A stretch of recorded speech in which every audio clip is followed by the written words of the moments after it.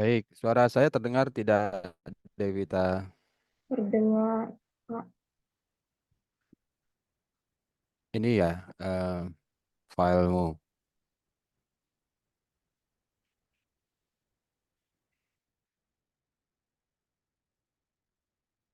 Kamu dengan Bu Dwi sudah berapa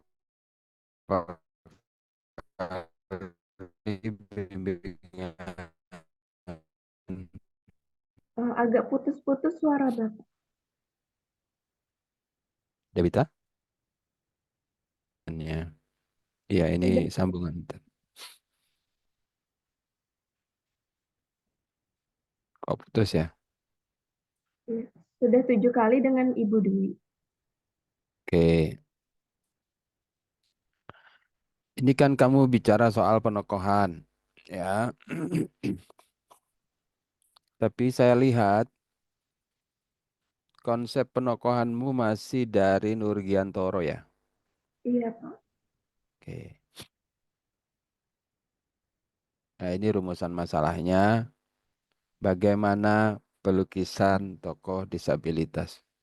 Sebetulnya bukan bagaimana pelukisan tokoh ya. Ini istilah yang salah.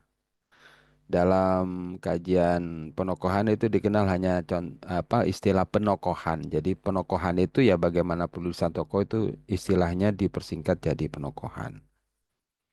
Jadi penokohan atau karakterisasi itu istilah yang digunakan untuk menjelaskan bagaimana tokoh itu ditampilkan atau dilukiskan di dalam fiksi, ya. Bukan bagaimana pelukisan, bagaimana penokohan. Nah, nanti dijelaskan apa sih penokohan. Di penegasan istilah ada nggak penokohan? Iya kan? Penokohan adalah penggambaran, bukan penggambaran jelas ya. Kadang-kadang, kadang-kadang tokoh itu tidak digambarkan secara jelas di dalam fiksi. Ya, dituliskan saja pelukisan atau penggambaran tokoh. Nah, ini yang penjelasan istilahmu yang agak membingungkan ini, Devita. Sepertinya kalau kalau penegasan istilahmu seperti ini terkesan kamu mengerti dengan apa yang sedang kamu mau bahas. Ya, kan kamu mau di bab 4 itu kamu akan membahas bahwa tokoh dalam fiksi itu disajikan dengan berbagai macam cara. Paling tidak bisa dikategorikan menjadi dua dua cara ya. Ada cara langsung, ada cara tidak langsung. Ada cara yang apa? Ekspositoris dan ada cara yang dramatis kan gitu. Ya kan, seperti tabel yang sudah saya berikan ke kamu, itu kan menunjukkan bahwa bagaimana sih tokoh itu disajikan di dalam itu. Nah, setelah kita menggambarkan bagaimana tokoh disajikan di dalam fiksi, yang kedua, nah ini apa?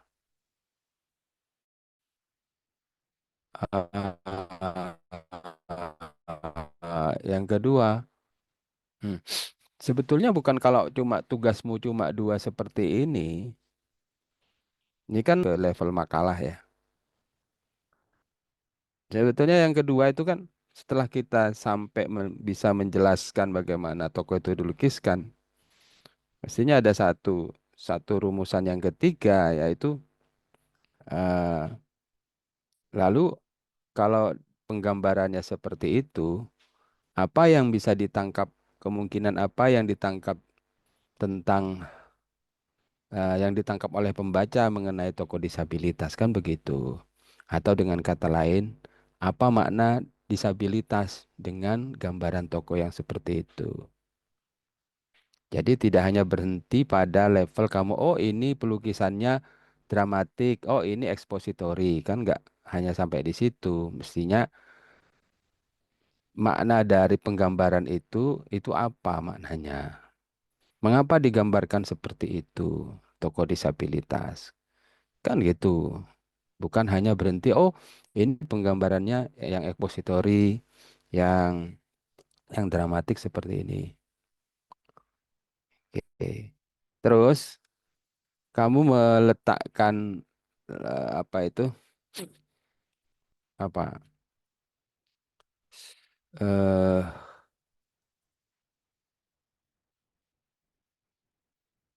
apa kemarin itu daftar daftar ini. Nah, kamu ini banyak mengambil dari Nurgiantoro ya? Iya, Pak. Ya, memang nggak ada buku lain selain Nurgiantoro. Kamu Hmm, punya saya punya bukunya? buku penokohan fiksi ini, pengkajian fiksi yang pertama itu bukunya dari Albertine Maindrop yang itu, tapi dia menggunakan istilah showing dan telling untuk yang dramatik. Kalau versi Nurgiantoro dia dramatik dan expository. Ada dua buku. Ya, ada dua buku. Iya, Ya, yang Albertine Endah itu kamu pakai juga. tidak, Pak. Tuh, kenapa? Bingung meletakkannya di mana. Loh, kan sama cuma istilahnya berbeda. Dijelaskan aja dimasukkan di situ ya, Pak. Lah, kan kalau berbicara soal penokohan, paling tidak ada dua sumber pustaka yang bisa dirujuk, yaitu Albertine Endah dari Undriantoro kan begitu. Kalau di sini nih bagian sini, nah di bagian sini, ya, ah, kamu kan sudah melakukan kajian pustaka nih, ya. Iya, Pak. Kamu baca berapa pustaka sebelumnya yang bicara soal penokohan? 10. Sudah, sudah Iya, dilihat. Nah, sudah. ketika kamu melihat itu di mana ya? Di sini ya.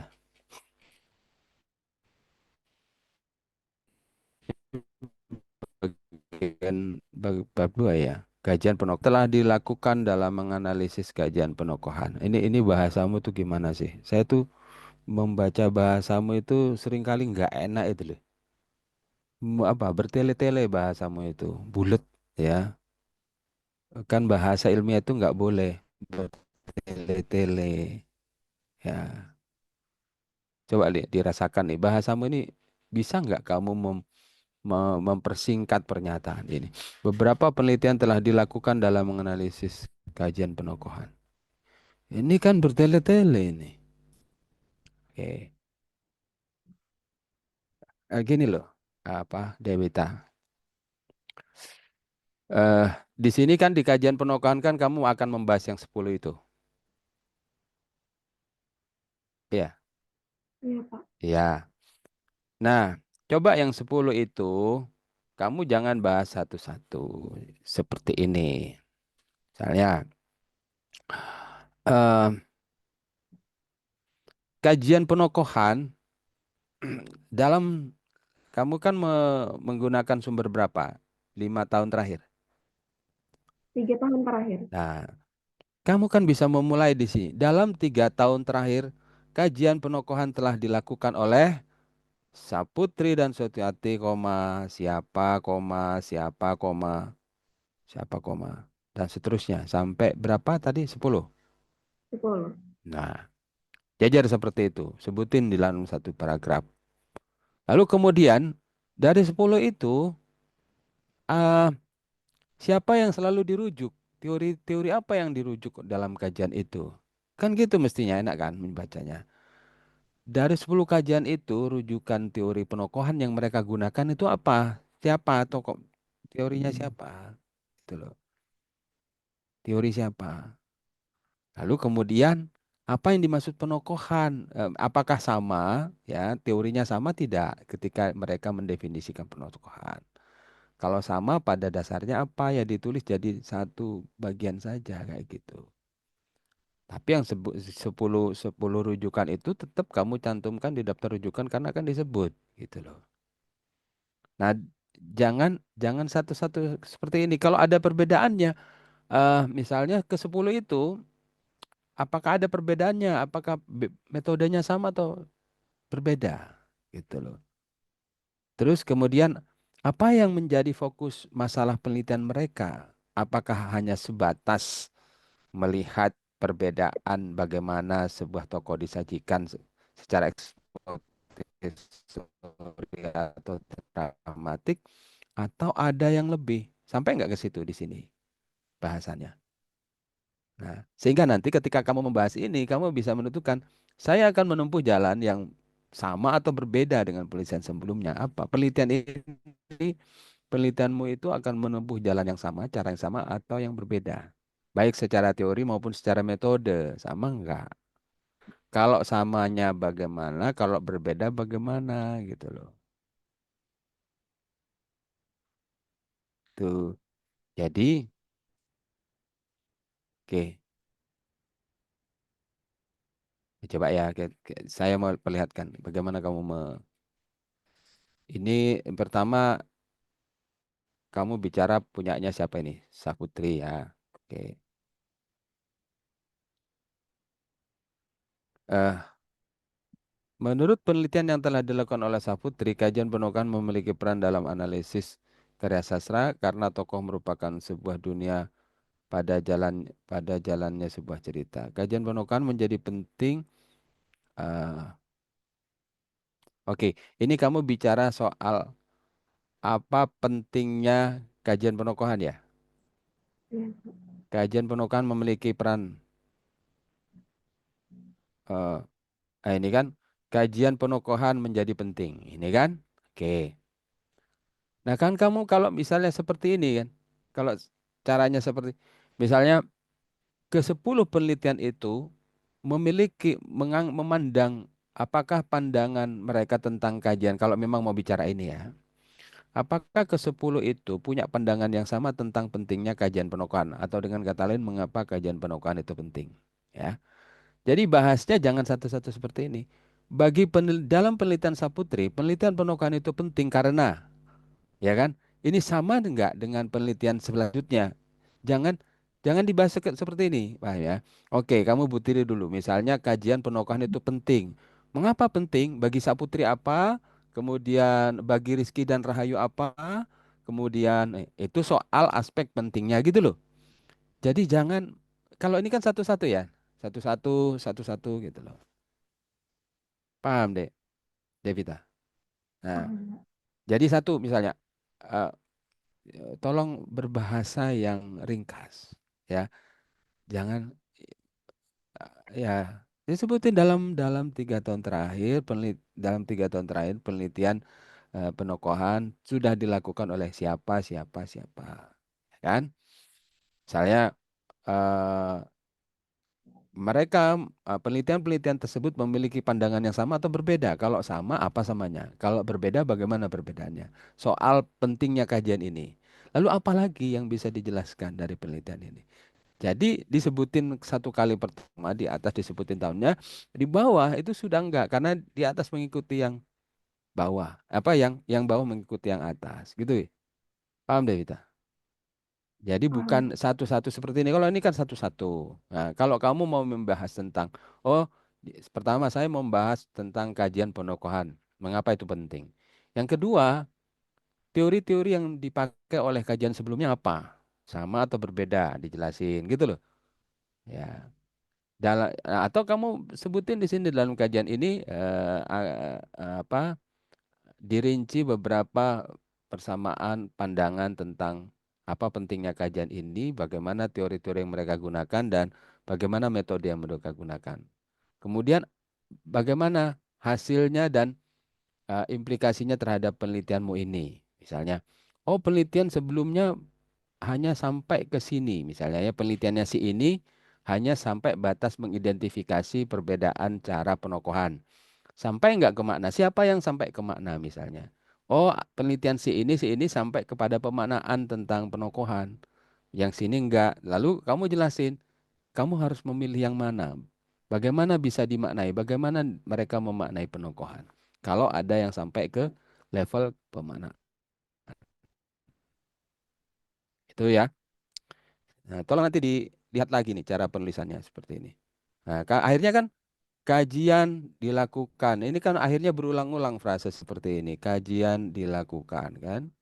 Kemudian di sini lagi kajian penulisan yang dilakukan oleh beberapa. Peliti beragam. Lah, ya kan? Gini, nanti kalau kamu mau bicara apa? Fokus misalnya kan. Ini soal dibutiri dulu. Ketika kamu membaca 10 itu, nanti kamu akan merinci apanya saja. Apakah satu, mengapa alasan pentingnya kajian penokohan? Kemudian fokus kajian misalnya kan. Fokus kajian ke 10 itu apa? Ya, misalnya penelitian ini fokus ke sini, penelitian ini fokus ke sini gitu. Jadi deskripsinya menjadi satu. Per paragraf itu idenya menjadi utuh.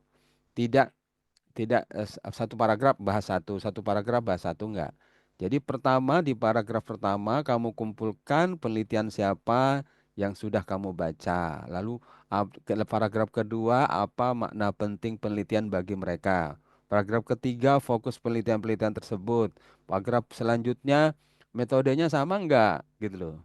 Jadi dikumpulin satu. Jadi jelas, oh ide paragraf ini bicara soal metodenya. Metodenya sama atau berbeda. Kemudian di paragraf terakhir kamu simpulkan, kamu ngikut yang mana gitu loh. Kamu mau milih yang mana dan mengapa alasannya. Ya, di bagian ini kamu apa dibaca ulang, terus kamu butiri, kamu mau bicara apa soal persamaan dan perbedaannya kajian-kajian sebelumnya. Lalu kemudian dari sini mestinya kamu ketika kamu memilih yang ini, mestinya kamu itu yang dijadikan rujukan. Cara kerjanya juga bisa kamu jadikan acuan. Gitu. Cara kerjanya seperti apa sih? Bagaimana dia mengidentifikasi? Tapi sekali lagi saya memahami bahwa artikel jurnal itu terkadang juga ngawur ya. Cara mengidentifikasinya nggak mendalam, sangat dangkal. Kamu nggak boleh terbawa dengan itu. Sebagai peneliti penokohan yang ingin menampilkan hasil yang berbeda, harus mengatakan tegas, harus bisa menilai. Oh, dari ke-10 itu hanya tiga atau empat atau hanya satu yang bisa dijadikan acuan karena misalnya metode penelitiannya yang jelas, datanya yang valid misalnya. Kan ada yang nggak valid, kan ada cara kerjanya yang nggak bener itu.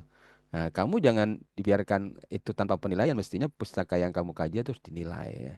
Misalnya, oh cara kerjanya pada metode penelitian si ini kurang jelas gitu. Tiba-tiba kesimpulannya meloncat dan sebagainya. Kamu bisa katakan tuh di bagian sini. Nah, setelah itu baru ke tokoh dan penokohan. Nah, kamu jelasin di sini bahwa ada dua sumber utama yang bisa dipakai ketika orang mau menganalisis tokoh dan penokohan. Apa yang harus diperhatikan? Siapa mereka? Misalnya Albertin Enda. Kalau Albertin Enda, kalau mau melihat penokohan, apa yang harus dilihat? Kamu katakan. Terus kamu kalau Burhan Nurgiantoro sama atau berbeda? Apa yang berbeda dan sama dari Albertin? Kamu sebutin di sini supaya kamu tidak hanya merujuk pada satu sumber. Paham, Devita? Nah, kamu jelasin di sini, misalnya mulai dari penamaan toko, kelas sosial toko, pekerjaan toko, gitu kan? Pendidikan toko, usia toko, tubuh toko. Itu semuanya, jangan sampai kelewatan itu. Gimana kamu menjelaskan nanti di simpulannya? Kan jadi kering. Semua aspek yang melekat pada toko itu harus kamu masukkan ke sini, tetapi ingat saripatinya, intisarinya yang kamu masukkan ke sini. Gitu ya. Apa tokoh itu? Gitu. Nah, lalu apa bedanya dengan penokohan? Apa yang harus dilihat ketika kita mau jangan kemana-mana bicaranya, ya. Oke. Kemudian teknik penulisan, teknik pelukis, penokohan sebetulnya nggak usah pakai teknik pelukisan tokoh ya. Ada tokoh penokohan. Jadi tokoh, apa sih bedanya tokoh? Kamu jelasin dulu, apa sih tokoh dan penokohan? Tokoh itu apa? Tokoh adalah kalau penokohan apa? Gitu loh. Iya kan? Penokohan itu cara bagaimana tokoh itu ditampilkan. Gitu loh. Ya kalau tokoh ya tokoh, kedirian tokoh gitu. Ya tokoh biasanya dikenali dengan apa? Dengan nama ya kan? Tuh. Nah, kamu nanti lihat lagi. Kemudian penokohan. Nah, nah dijelasin di sini penokohan itu ada berapa macam? Ada dua. Ya, apa itu? Itu yang kalau menurut Alberti Nenda bagaimana? Kalau menurut si Nurgiantoro bagaimana? Gitu loh. Jadi coba ditata ulang ya. Ini teknik expository. Oke. Ini agak membingungkan ketika saya lihat tabel tabelmu itu, saya lihat masih membingungkan itu. Nanti saya perlihatkan ya di mana tabel-tabel yang kamu kerjakan itu membingungkan. Nah, kemudian, nah eh, ini bukan, ini ya, ini apa ini? Ini kok ada di sini? Eh, ini yang gimana maksudnya Devita? Kok ini ada di sini? Ini kan lampiran seharusnya. Iya, Pak. Soalnya Bapak bilang sebelum membuat bab 4 kan menunjukkan hasil saya dulu, baru bisa menggarap bab 4. Jadi saya tarik Nah, di situ, nanti saya pindah ke lampiran. oh iya mestinya jangan dilaruh di sini. Mestinya kamu ini dijadikan lampiran. Ini kan lampiran. Kenapa harus ditaruh di sini? Saya kan jadi bingung. Ini maksudnya apa sih? Jadi Maafin, Pak. lampiran ya lampiran, bukan di sini. Ya lampiran lampiran. Kalau saya minta lampirannya, ya lampiran dulu yang misalnya Pak saya mau mengkonsultasikan lampiran, ya lampiran sehingga saya nggak lihat-lihat yang atas sini gitu loh. Nah ini yang membingungkan. Misalnya ya di sini, oke, coba perhatikan ya. Ini expository, expository. Eh, Kutipan tersebut menunjukkan bahwa tokoh disabilitas, dia itu siapa di sini? Dia berdiri tanpa ada gelagat malu. Pede banget ini. Ya itulah Intan. Senyumnya mengembang seperti, oke, tar, eh, ini sudut pandang apa? Sudut pandang orang ketiga. Iya, Pak. Oke. Berarti yang disebut dengan Intan, yang tokoh disabilitas itu Intan kan? Iya, Pak. Ya ditulis dong di sini. Ya, tokoh disabilitas dalam kurung Intan. Tuh. Supaya tahu yang disabilitas itu yang mana. Kutipan tersebut menunjukkan bahwa tokoh disabilitas sosok yang percaya diri, ya kan? Eh, ya, tokoh percaya diri. Oke. Terus PD kan? PD, ya, PD. Eh, terus eh,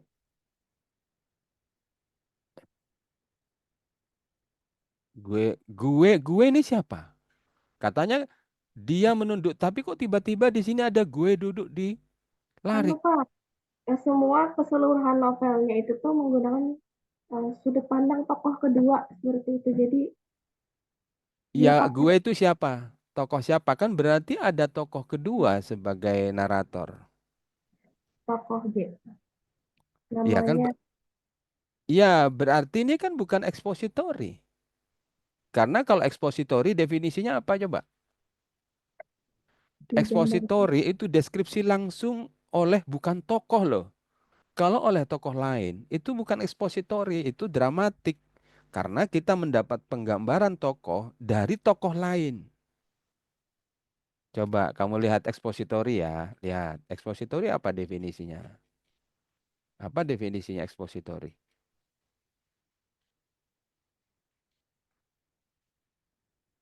Mana ekspositori? Sebentar saya cari. Ekspositori. Expo. eh Ekspositori. Ya, ini kan. Pertama, teknik analisis ekspositori, yakni teknik penulisan tokoh yang digambarkan secara langsung. Paham nggak maksudnya ini, Devita? Ini secara langsung oleh siapa? Oleh pengarang. Bukan oleh tokoh lain. Kalau oleh tokoh lain, itu bukan ekspositori. Itu sudah salah lah. Ya, nanti dibaca betul-betul. Jangan-jangan nggak ada ekspositori. Dicek lagi, di mana yang ekspositori. Itu sudah salah loh. Salah, salah identifikasi menyebabkan salah analisis. Oke, kembali lagi ke sini kan. Ekspositori pelukisan tokoh yang digambarkan secara langsung. Kalau orang lain menggambarkan tokoh lain itu nggak langsung. Artinya pengarang menggunakan tokoh lain untuk menggambarkan tokohnya, gitu kan? Misalnya saya pengarangnya tuh. Nah, saya pinjem tuh pandangannya Devita. Devita melihat tokohnya si Alvina. Jadi saya sebagai pengarang meminjam pandangannya Devita menggambarkan si tokoh Alvina. Paham? Itu Paham. bukan langsung namanya. Itu nggak langsung, paham? Nanti dicek lagi. Satu sudah keliru itu. Ya, kalau udah kayak salah begitu, itu nanti ke menyebabkan analisisnya keliru. Jadi cek. Eh, eh, mana tadi ya?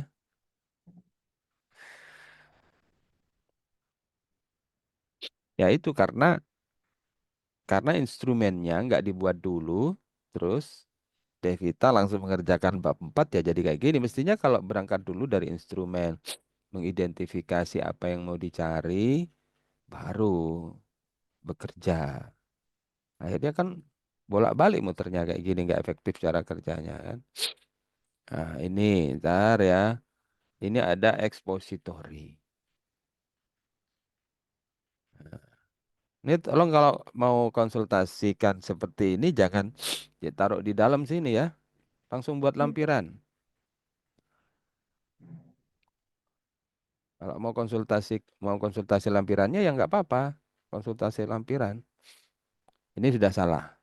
Ini saya, oh loh, kok ini ada gue? Nah, berarti bukan. Ini bukan expository. Gue mulailah, ya kan bukan expository. Ya kan? Gue pikir, nah, gitu. Ini bukan expository. Ini bukan expository. Gue dulu sering banget. Bukan. Berarti ini penggambaran tentang tokoh dari tokoh lain. Nah, masuk yang mana ini seharusnya? Masuk mana? Masuk. Masuk dramatik. Nah, sekarang dramatik. Dramatik ya. Jadi nanti dilihat cara dramatiknya itu disajikan seperti apa. Misalnya dramatik itu ya pengarang meminjam tokoh lain untuk mengomentari tokoh. Itu sudah dramatik. Kemudian pengarang membuat tokoh bercakap-cakap untuk memberikan isyarat tentang bagaimana sifat dan kepribadian tokoh. Itu dia melalui percakapan. Ini percakapan. Hmm. Ini apa? Kutipan tersebut menunjukkan bahwa tokoh disabilitas merupakan sosok yang tahu diri. Dari mana? Eh, digambarkan pada percakapan tokoh Intan dengan ini percakapan antara siapa dan siapa? Tokoh tokoh Intan yang Ya, disabilitas. disebutin gitu dong. Pertama sebelum kamu masuk. Kutipan sebut menunjukkan tokoh, bukan begitu. Ini percakapan siapa? Kamu tulis di sini. Ya, ini percakapan ini dan ini. Percakapan ini menyiratkan apa? Dari mana siratan itu kelihatan? Gitu loh. Ya. Nah, kalau kamu bisa bikin seperti ini, Devita, ini kamu tinggal, misalnya ya, eh eh, nggak apa-apa, penasaran aja. Kan waktu itu aku juga kaget. Eh, oke. Ternyata malah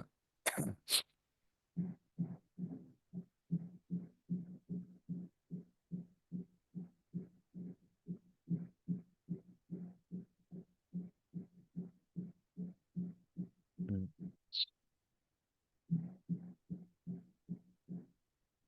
tahu diri. Dari mana sih tahu diri itu? Dari percakapan ini mana yang menunjukkan bahwa tahu diri? Gitu. Tokoh Intan yang bilang dia tidak mau sekolah jauh-jauh karena tahu dengan kondisinya seperti Ah, kondisinya yang disabilitas. Karena kan mereka, eh, jadi dia orang yang tahu diri kan secara tersiratnya seperti itu. Toh karena eh, ini secara tidak langsung. keadaan aku seperti ini. Sempat khawatir juga misalnya eh,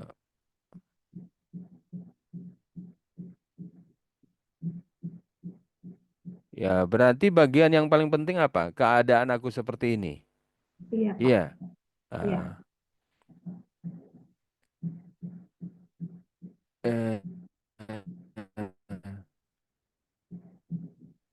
Ya disebutin dong bagian mana yang menunjukkan ini kan. Pernyataan dia dia tahu diri itu tersirat dari pernyataan di sini, ya kan? Iya, Tuh, tuh. Ya disebutin di sini. Oke,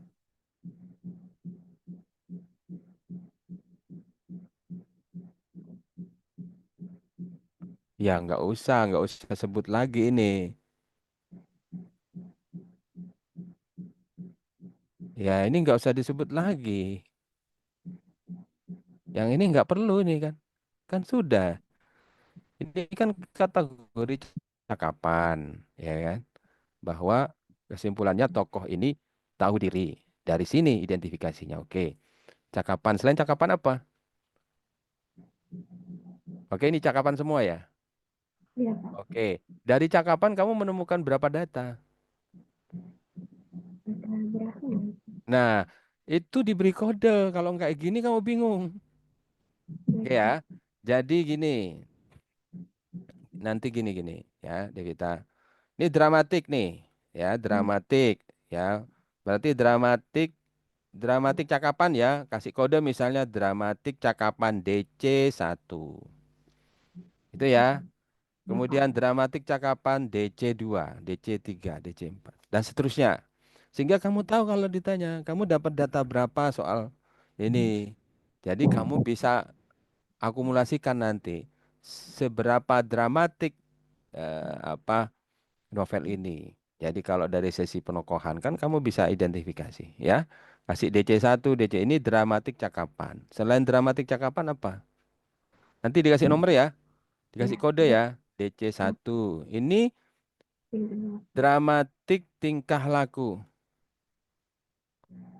Dramatik tingkah laku. Maksudnya ini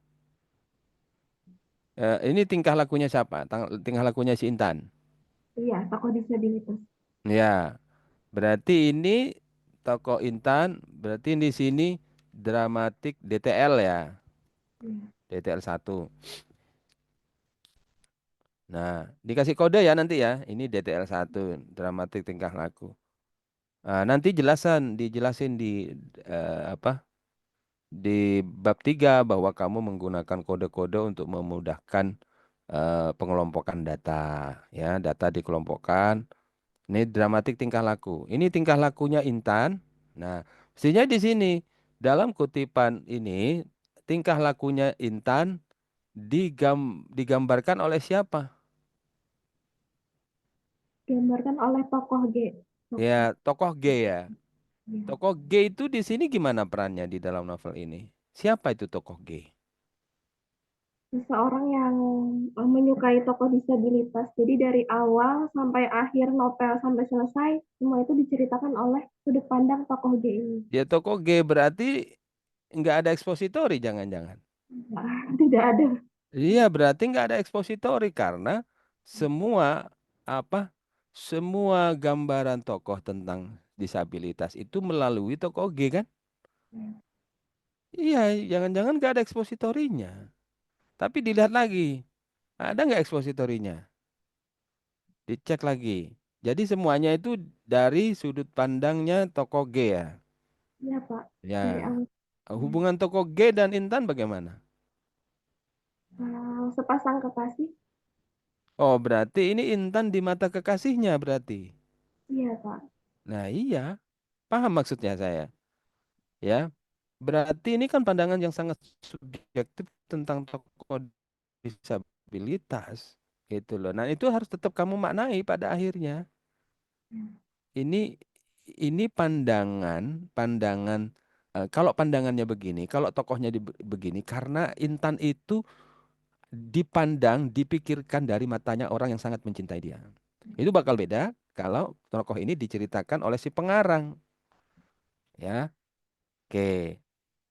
Kan dia diceritakan dari orang yang sangat dekat. Berarti ada kesan bahwa pengarang itu tidak tahu dengan siapa si Intan, yang tahu siapa Intan itu si G, ya Hmm. kan?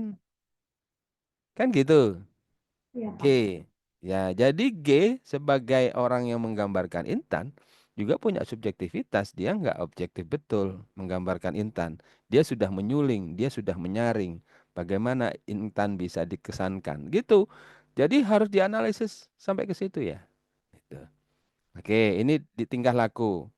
Oke, dari tingkah laku ini si gue menggambarkan tingkah laku apa dari Intan? Apa?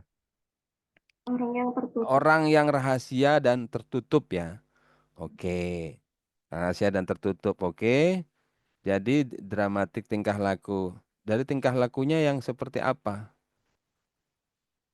Dari Eh, tingkat yang tidak mau menjawab ketika memiliki masalah, tidak mau hmm, bercerita pada teman tidak mau terdekat. bercerita gitu ya. Ya, Oke. Ini tingkah laku ya. Nanti diberi kode ya. ya Pak. Oke.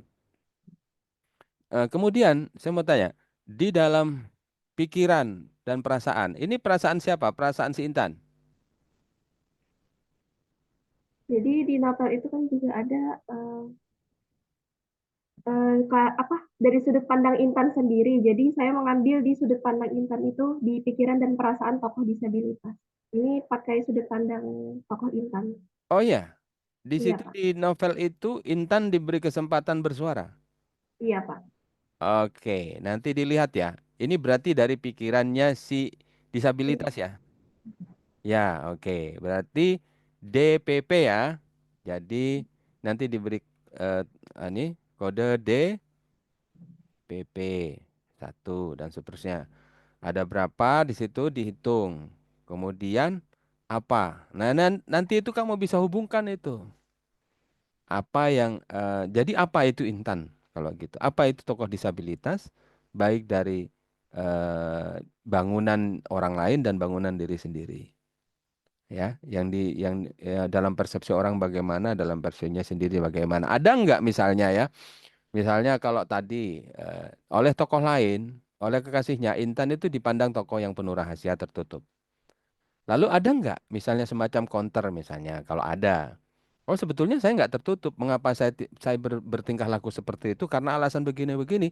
Nah, itu untuk membantah bahwa oh kata orang dia tertutup. Sebetulnya dia nggak tertutup gitu loh. Kalau ada data yang semacam itu tambah menarik bahwa konstruksi tokoh itu nggak bisa ditangkap dari satu sisi. Kita harus juga melihat dari sisi yang lain untuk melihat apakah benar tokoh Intan itu. Ya, kalau menurut tokoh lain dia tertutup, tapi menurut Intan sendiri dia enggak. Lalu bisa nggak kamu membuktikan ada bagian-bagian novel lain nggak untuk menunjukkan bahwa Intan itu sebagai seorang disabilitas dia orang yang sangat terbuka, misalnya, atau dia betul-betul orang yang tertutup karena tertutup kemudian dia berimplikasi macam-macam. Nah, itu bisa kamu bicarakan di dalam pembahasan. Oke ya, nanti dicek lagi ya. Ini dari berarti ada tokoh Intan menyuarakan dirinya sendiri ya. Jadi ini ada berapa data kamu belum kasih kode sehingga kemudian nggak bisa. Oke ya, ada bagian-bagian yang nggak perlu diulang ya. Misalnya penukaran digambarkan dari hal melintas di dalam pikiran. Itu nggak usah ya. Itu nggak usah karena kan sudah diklasifikasikan bahwa ini adalah penokohan dari. Nggak usah diulang-ulang dianalisis. Cukup kamu menyimpulkan apa dari sini. Kemudian yang juga penting adalah eh, cek silang antar data yang kamu temukan. Kalau kalau dari reaksi tokoh ini begini, lalu apa simpulanmu? Ya, oke. Nah ini udah lumayan, datanya udah banyak, nggak seperti kemarin. Kalau seperti ini kan ketemu datanya banyak. Oke. Nah nanti ini yang kamu tuangkan ke bab 4. Ya, bahwa berdasarkan tabel ini gitu. Kamu menemukan berapa data soal misalnya bahwa bahwa di dalam ini penokohannya disajikan hanya secara dramatik tidak ada data ekspositori. Ya udah berarti nggak dibahas langsung apa itu di bagian misalnya bahwa penokohan penokohan disabilitas disajikan secara dramatik dan data dramatiknya itu berapa. Lalu kamu bahas tuh di bawah temuan-temuannya gitu loh. Dari data ini tetap jadi lampiran, tetapi yang kamu bahas adalah apa temuannya di sini. Nah, masukkan ke eh, boleh dimasukkan salah satu kutipan, kemudian kutipan yang lainnya ditinggalkan di dalam lampiran. Lalu yang penting eh, hasilnya itu disebutkan dari data, kan ada kode-kodenya. Kalau data untuk yang X apa dramatik ini, tingkah laku dramatik pikiran, ada sekian data. Lalu kemudian sekan di hasil. Lalu kemudian di pembahasan kamu bahas gitu ya. Jadi paling lah 10 halaman lah ya. Untuk 10 atau 8 halaman lah di dalam hasil pembahasan. Itu ya, Devita ya. Iya, Pak. Di hasilnya. Nah, kalau ke sini kan sudah kelihatan tuh ada berapa datanya. Tinggal nanti kamu bagaimana menuangkan ini menjadi hasil dan pembahasan. Baik, ini nanti dijadikan lampiran, kemudian dicek lagi ya, dicek lagi datanya. Ya, dicek lagi datanya apakah memang sudah memadai. Dan jangan lupa untuk memaknai ini. Jadi mengapa ini seperti ini gitu loh. Mengapa misalnya pengarang itu tidak menggambarkan langsung? Apa keterbatasan penggambaran misalnya ini ada bagian yang apa? Misalnya ada bagian yang memberikan kesempatan tokoh untuk berbicara tentang dirinya sendiri. Apa itu maknanya gitu loh.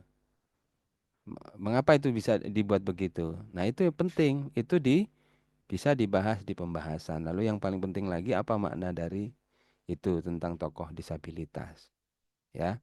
Dari keseluruhan data yang kamu peroleh itu, apa simpulanmu tentang penokohan disabilitas gitu. Bukan hanya berhenti pada oh datanya ada cara ekspositori seperti ini, kemudian ada dramatik yang seperti ini, nggak berhenti di situ, tetapi apa arti penokohan yang semacam ini bagi bagi penulisan fiksi ini gitu ya. Terutama bagi arti arti tokoh disabilitas. Ini kan disabilitasnya perempuan ya, Iya, disabilitasnya Pak. perempuan, kemudian apa, mengapa, kemudian eh, apa sih yang kemudian kalau orang baca novel ini akan mendapatkan citra apa tentang orang yang disabilitas seperti Intan itu. Itu yang paling penting. Itu ya, Devita. Iya, Pak. Ada mau ditanyakan lagi? Untuk pemaknaan itu tadi berarti dimasukkan juga ke rumusan masalah. Jadi di Masukkan ke rumusan masalah, tinggal nambah apa makna penokohan tersebut gitu aja. Ya, oke. Sudah ya, Iya, Pak. sudah mulai jelas ya arahnya ya. Sudah Oke, dapat. nanti dia ditambah titik 4.1. Misalnya ya gunakan aja itu sebagai lampiran. Nah, lihat lampiranmu, masukkan ke situ. Nanti saya ingin lihat bagaimana kamu cara memasukkannya sampai membuat pemaknaan di bab 4. Lalu simpulan. Nah, kalau simpulannya sudah pas, nah, daftar rujukannya sudah oke. Nah, mudah-mudahan kamu bisa selesai juga ini bulan ini ya. Jangan Iya, Pak. lama-lama. Kamu datamu sudah ada ini ya. Datanya sudah ada, tinggal memasukkan data ke bab 4, membuat bab 5. Insya Allah bisa selesai bulan ini dan ujian bulan depan. Ujian mudah-mudahan juga kalau ujian bulan ini sudah, si Farah sudah ujian ya, mau ujian bulan ini. Yang paling tidak bulan depan lah, bulan Juni. Kan masih ada waktu ya. Baik, Pak. Oke ya, Devita gitu saja. Ada yang mau ditanyakan lagi? Cukup? Sudah cukup, Pak. Oke, saya akhiri ya untuk Devita.